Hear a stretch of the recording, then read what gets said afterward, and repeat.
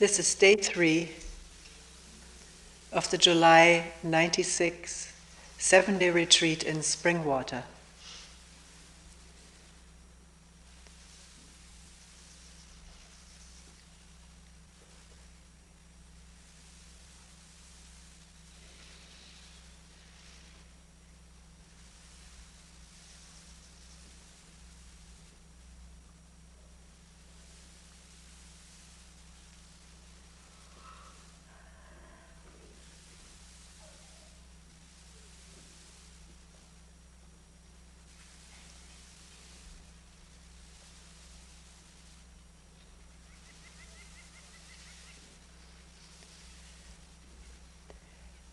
Before we come to our main topic this morning, which is fear,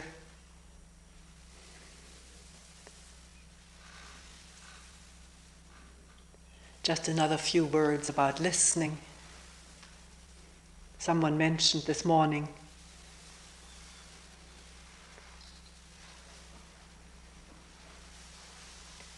being professionally trained to listen.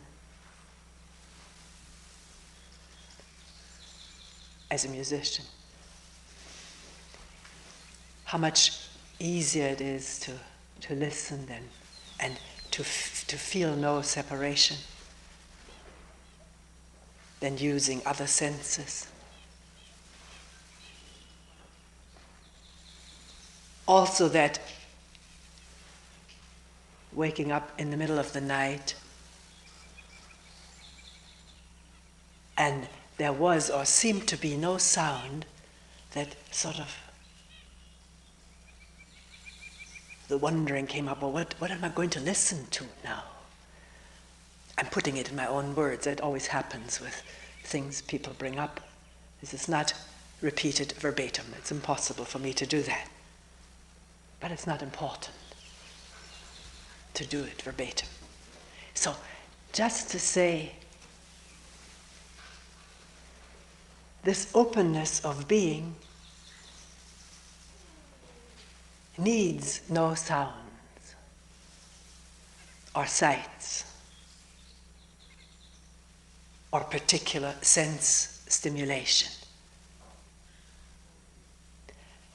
But the senses do operate. They are not deadened or controlled to close up, which is possible. There are such spiritual training to close the senses. There's no control here. And with this maybe increasing absence or falling away of control, the senses operate as one whole perception. So to watch it is very interesting, to be alert. Am I listening to something? Then the mind is set. There's some thought involved. I've got to hear something. Pay attention to something. This is how we talk and think.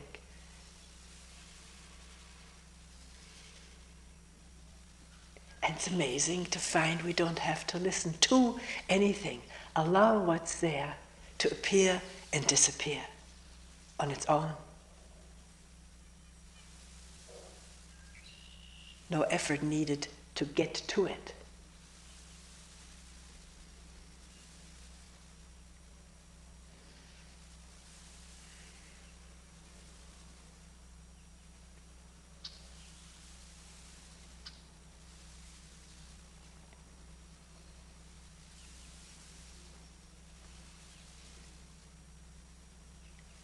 So when I use the word looking or seeing or listening or attending, it does not mean in a consciously or willfully directed sense.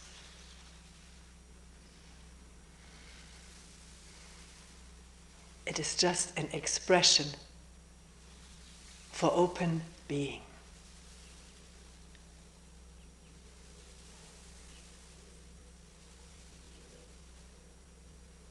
Allowing airplanes and cicadas and birds and rustling leaves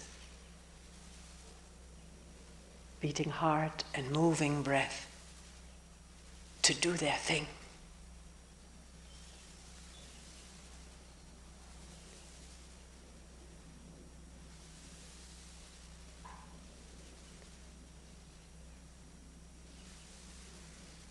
Which seems a coarse word for what is happening.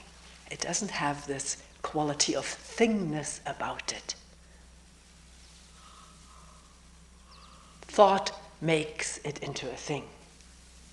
But as it happens, it is not really definable.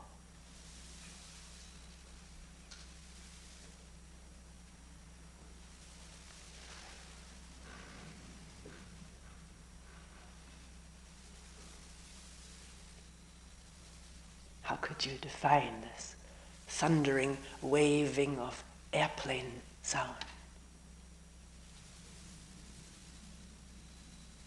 It needs to be attended. There needs to be attention or awareness. To let it be completely undistorted and unhemmed in by words and desire.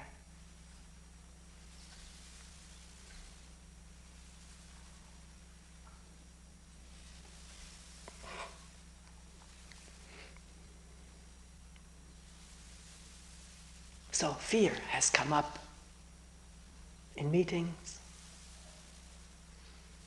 the unpleasantness of it, the painfulness, the suffering of it.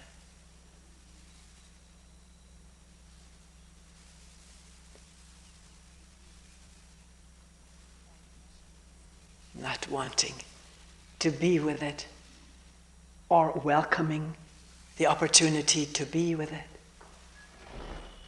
Because under normal circumstances, one does anything but be with fear. They're all ready, laid out escapes.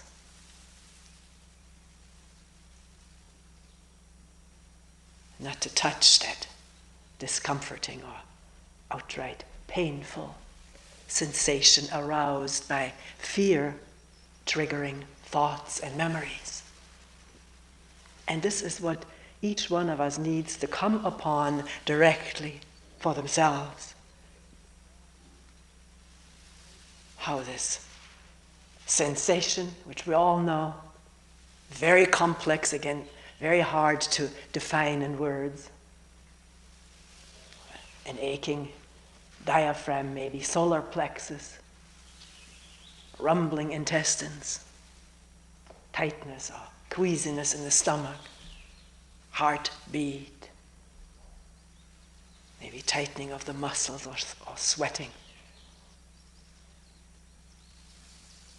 To come upon that directly and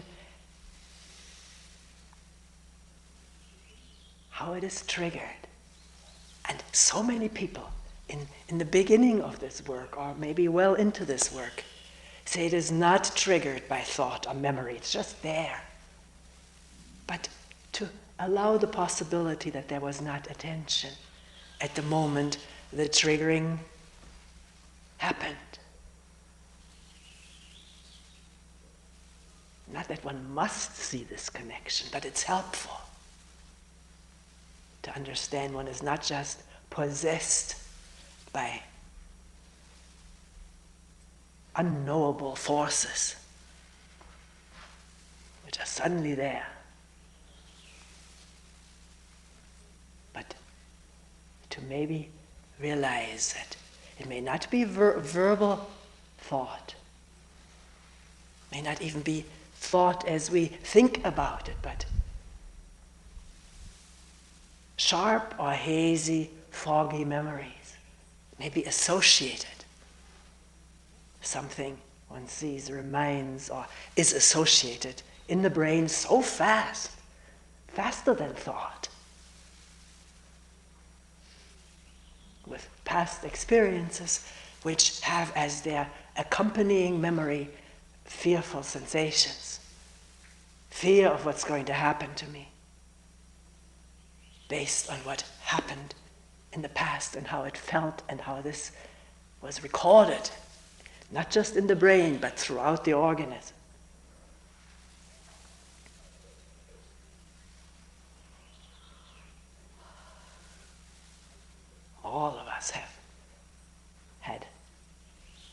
painful, frightening experiences as children, no matter how happy a home we may have grown up in. Let alone people who have not grown up, children who have not grown up in happy homes.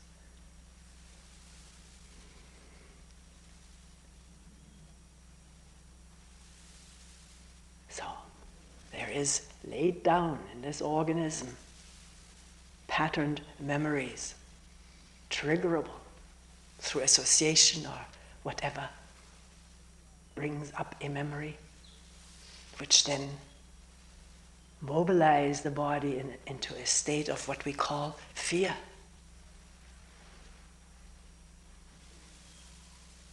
Fear being a very natural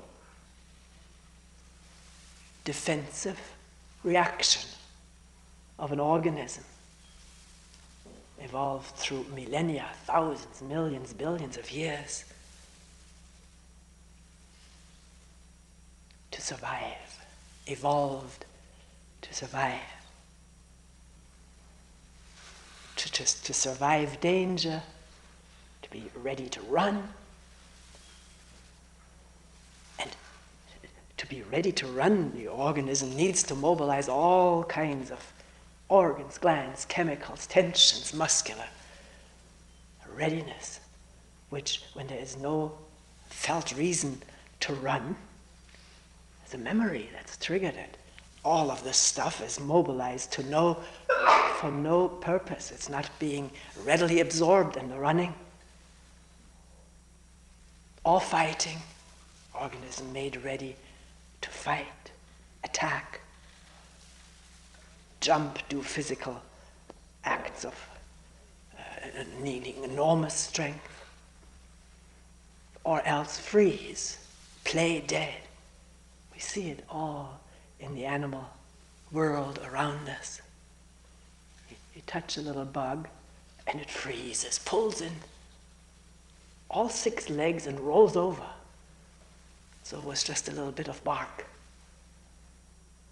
And I've seen in movies, close-ups, that birds do leave those dead-looking things alone. They don't pick them. Don't pick them up and eat them. Because the running or the fighting all have function when the danger is real. The burden mostly suffered by human beings with this enormous brain and its ability to remember and picture and image, and its enormous inability to see the difference between a memory and a real danger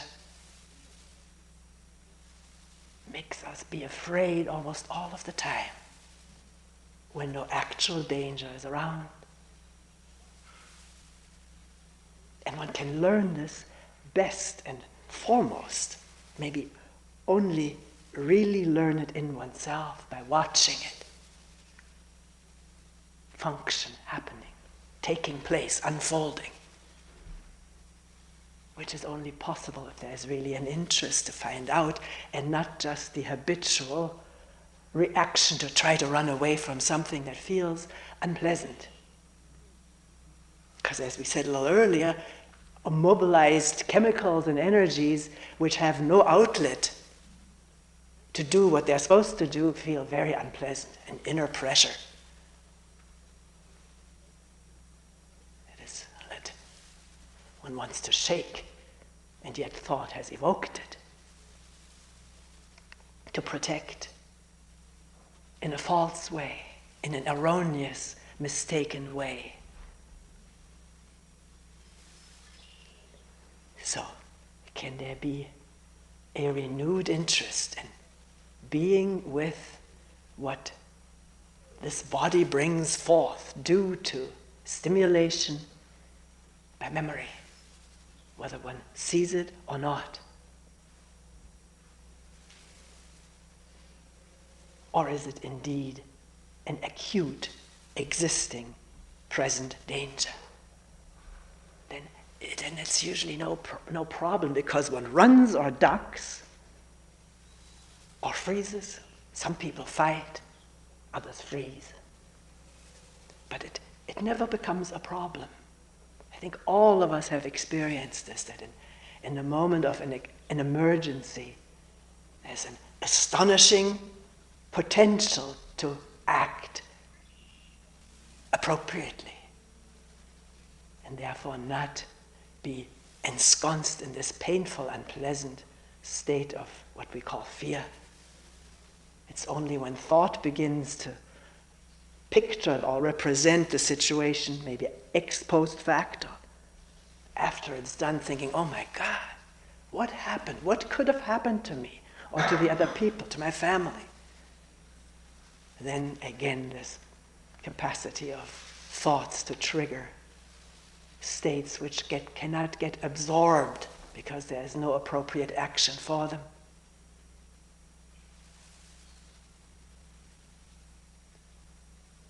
I've often felt and expressed here, this is probably why jogging is so popular, to run off these accumulated things from a day of just sitting in the office.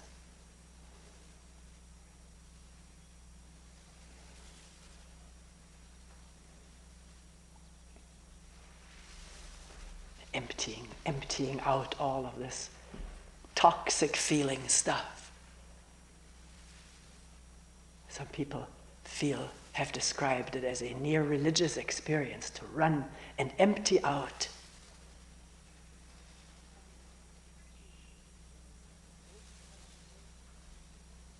of accumulated residue from old thoughts and no new thoughts, because why would a runner think,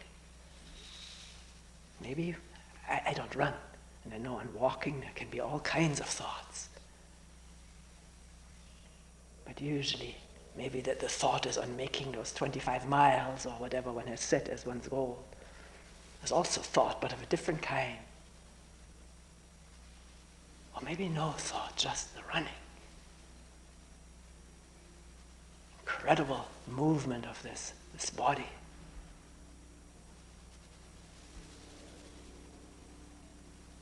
So, coming back to this question, is it possible, as this thing makes itself felt,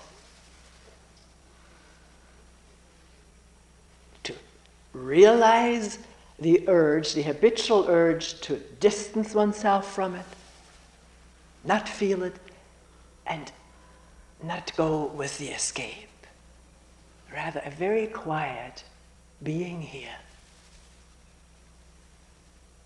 dropping the assumptions which are there, one can see them or hear them, that this is dangerous, it shouldn't be touched, I don't like it, I don't want it.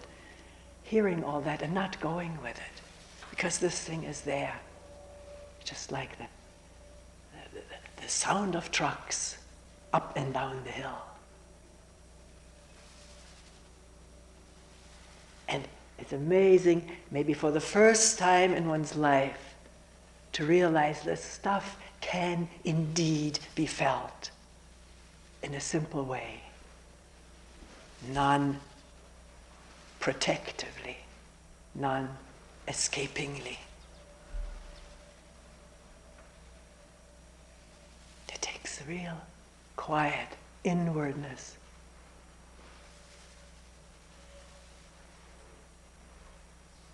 Of no choice.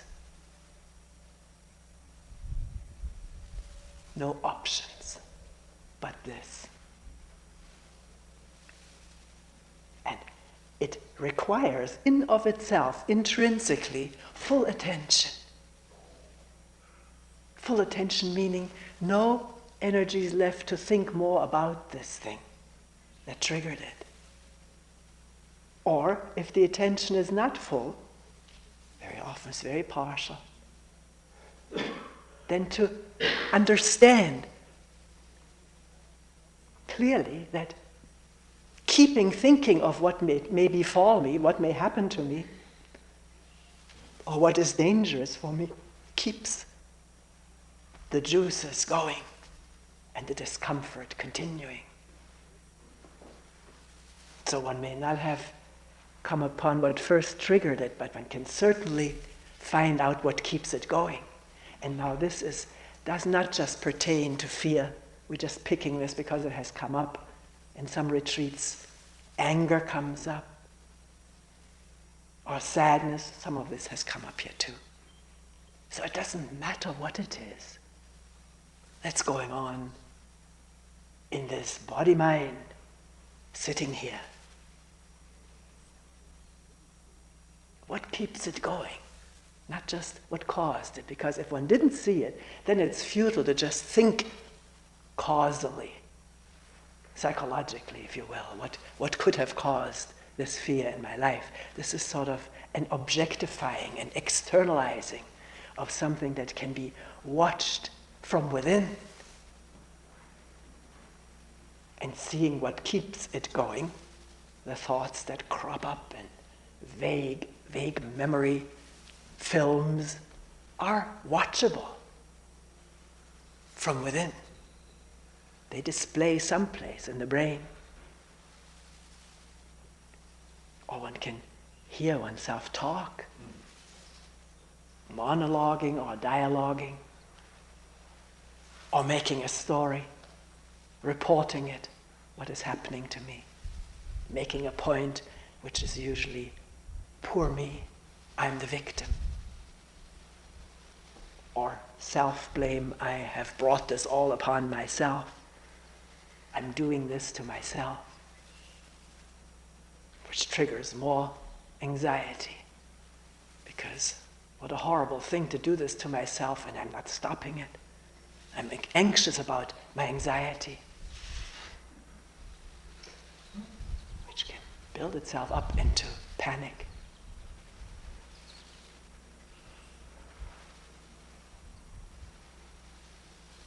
So to come upon this, and this is possible for human beings, to have this inner light, this inner energy, to expose what is going on, to become wise about it.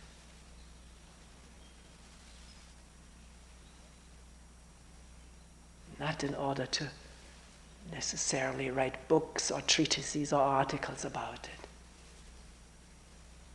or committed to memory to remember it, because it is doable every time it happens anew, and maybe with greater clarity, rather than remembering how was it that time, and vague memory, how was it really, what did I do, or what was the cause. Watch it now, it's there. Doesn't need to be remembered. Living in life is constantly presenting itself freshly, for fresh looking and listening and inciting.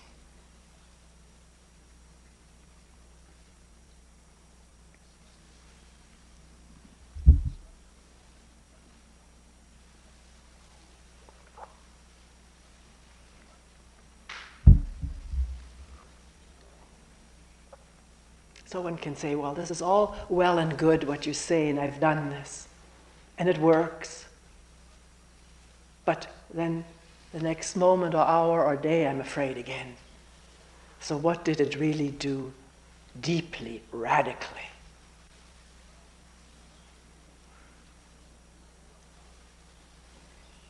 Is one interested in the depth, the root? The radical means the root of it, the source of our fears. Because unless we come full-fledged upon the source, not through what we've read or heard, but directly,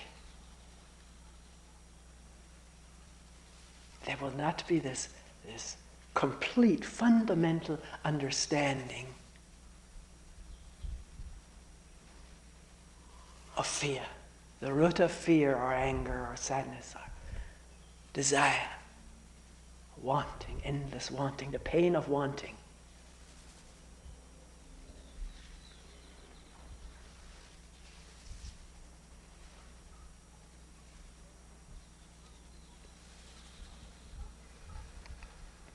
So what is the root of it all? Are we interested, or is there already a little fear arising? I may find out something that I don't want to find out. To be honest, to see those movements of thought intelligently, honestly.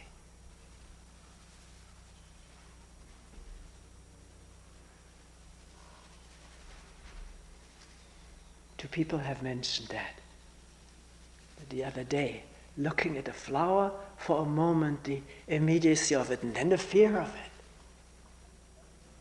Somebody else said, I'm afraid really of everything. Everything.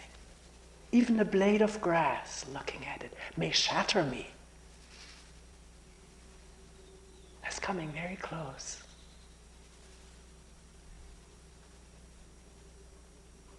Because what is it that one is afraid of being shattered? What is this body-mind with all of its amazing complex functions trying to preserve? You could say, well, that's very clear. All life wants to survive, procreate itself, keep on going.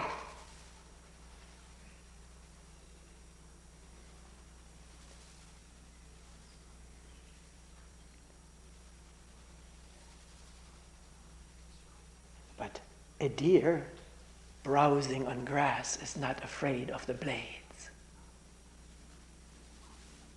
May see a motion, a human being, and run. That's a protective response. The little ones haven't learned it yet. The other day I walked on the driveway, lost in thought. I wasn't there. And this little brown thing comes jumping at me. I let out a little scream. It was a fawn. A fawn. Jump. It never happened in the 12, 11 years we've been here. A little tiny fawn, big eyes, lots of white dots. Almost seemed a little wobbly, clumsy, jumping at me. At the same time, I heard a snorting, honking sound the other side of the driveway, farther behind. And with that, the fawn turned around and moved back into the woods, and the mother jumped so gracefully, so quickly across the drive, let out another snort to keep the little one from the scared human being.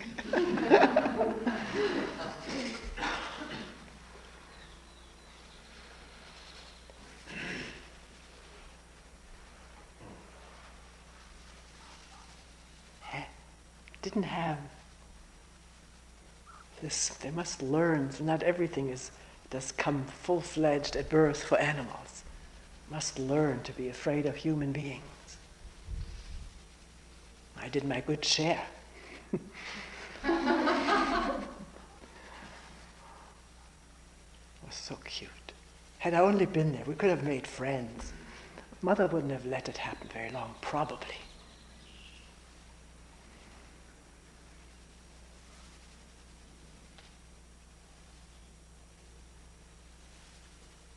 So, what are we afraid of? At that moment, it was sort of a sheer primary reaction, something brown moving, jumping at me.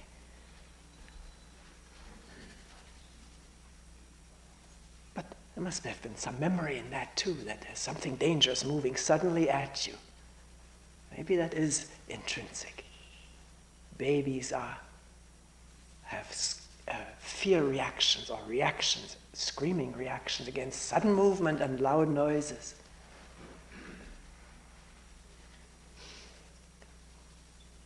But I'm not concerned with these inbuilt, life-preserving survival mechanisms that every form of life manifests. In a very marvelous way, it's programmed into it to survive, to continue, to procreate. More concerned with the survival of me as a story, as a collection of pictures of what I know about myself, what I think about myself. Because this is what I'm really afraid of losing. I'm using the I form here for all of us. Not exposing a particular fear of not continuing because that fear is receding very quickly with being here and looking at the artificiality of it. Thought building up this collected story of my life, what I am, all the memories, all the pictures and illusions and hopes and anticipations for what may still come, good or bad, and then identifying with that as me. This is what I am. Isn't that what we do? Isn't that what you're doing this moment? Of being afraid that that may be shattered. My idea of myself. Because no one in a normal state of mind would be afraid of a grass blade. It is this immediacy of being which threatens the illusory being in which we, through long habit, feel at home. Because of enormous attachment to this story, this picture collection of myself, with its dynamics of past moving through the present into the future, all imagined.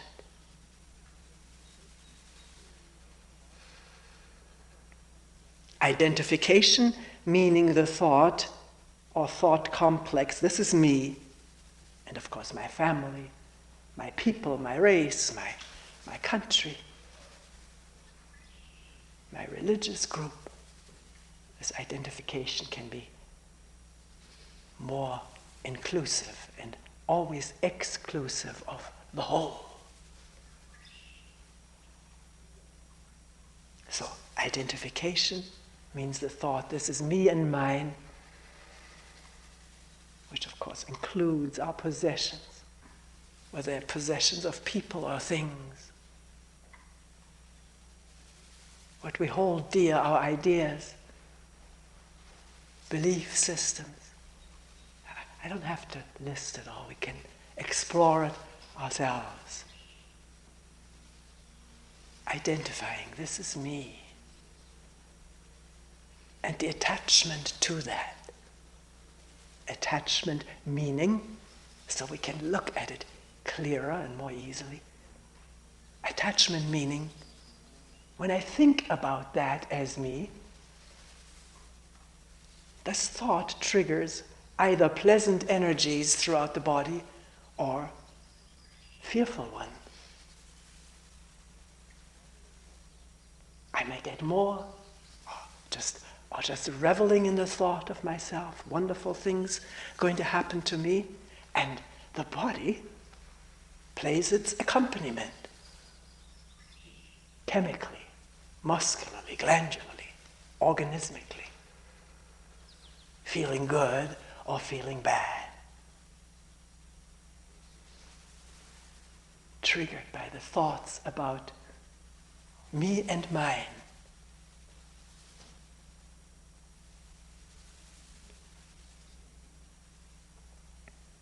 Past, present, and future.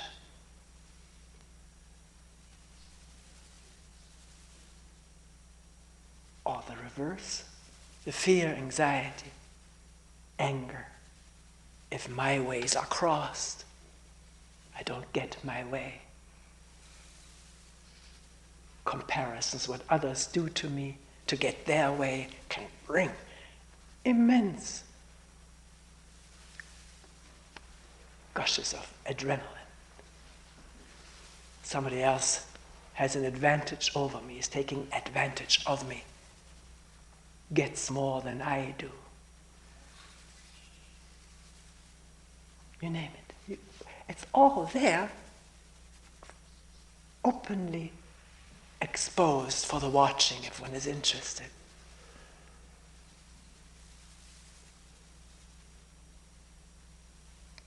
And one may find that at such a moment of getting angry over feeling disadvantaged, one doesn't want to look in this way, one just wants to keep spinning the story. The anger sustaining the story. But why should he have what I don't get? I'm just using this as an example. It's different from moment to moment for each one of us. So at such a moment, is one really interested to get to the source of these thoughts and feelings and pains?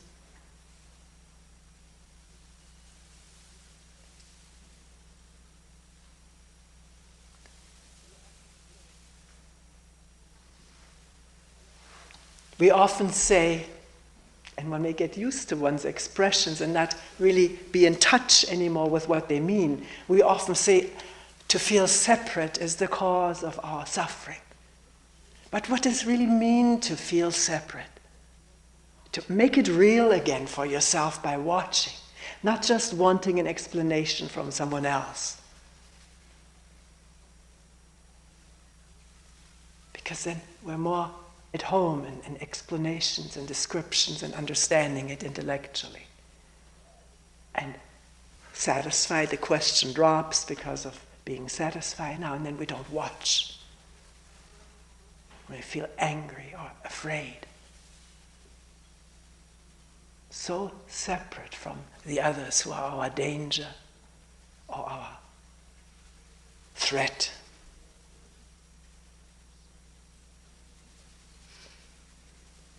How does it happen? How does it come about? How is it keeping itself in motion?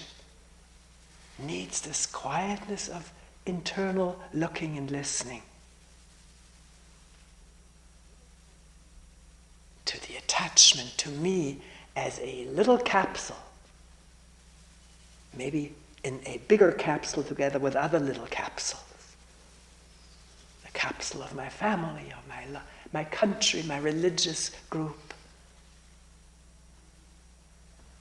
my race, people who are like me, are all in this big capsule as little capsules because we're also not in touch with each other. We just sort of have a common cause, which is usually thought and emotion, but not the immediacy of seeing how we are so interrelated. Even when we have no common cause at all.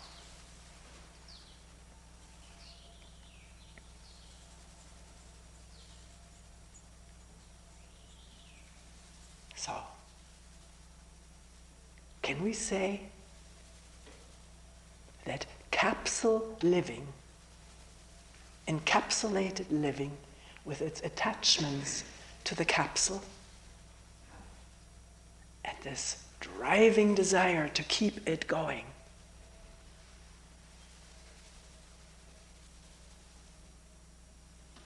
is the cause of separation and therefore inevitably generating fear?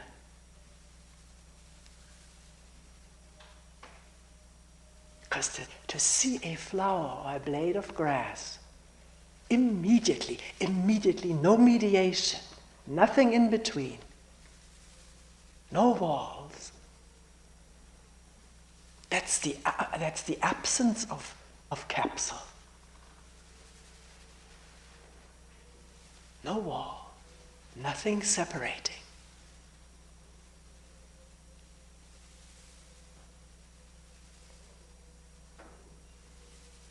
And in that, there's no danger. But we don't know that. What we know is the safety is in the capsule, where I'm me and I know what I am. And I want to continue as what I know I am or shall be.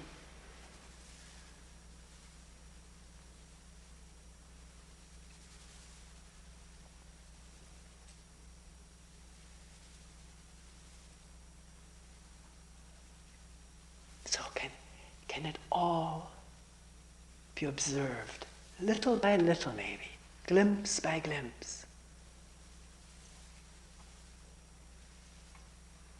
to shed light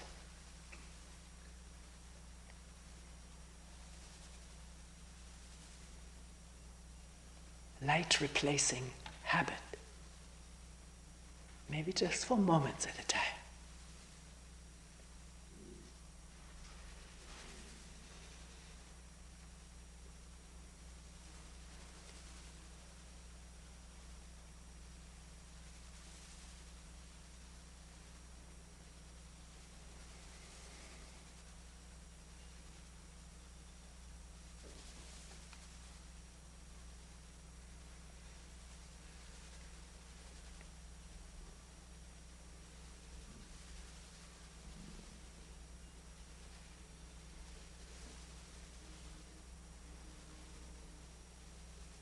Let me just say about meetings today, this will be the last day before this one-day break.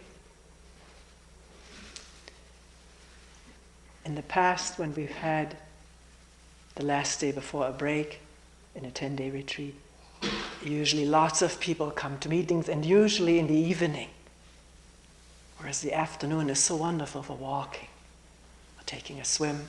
But if you're really interested in having a meeting today, because I do have to end at 9 o'clock or thereabouts, sometimes we go over 5 minutes or so, that's all right. If you're interested in coming to a meeting, please use the afternoon as well.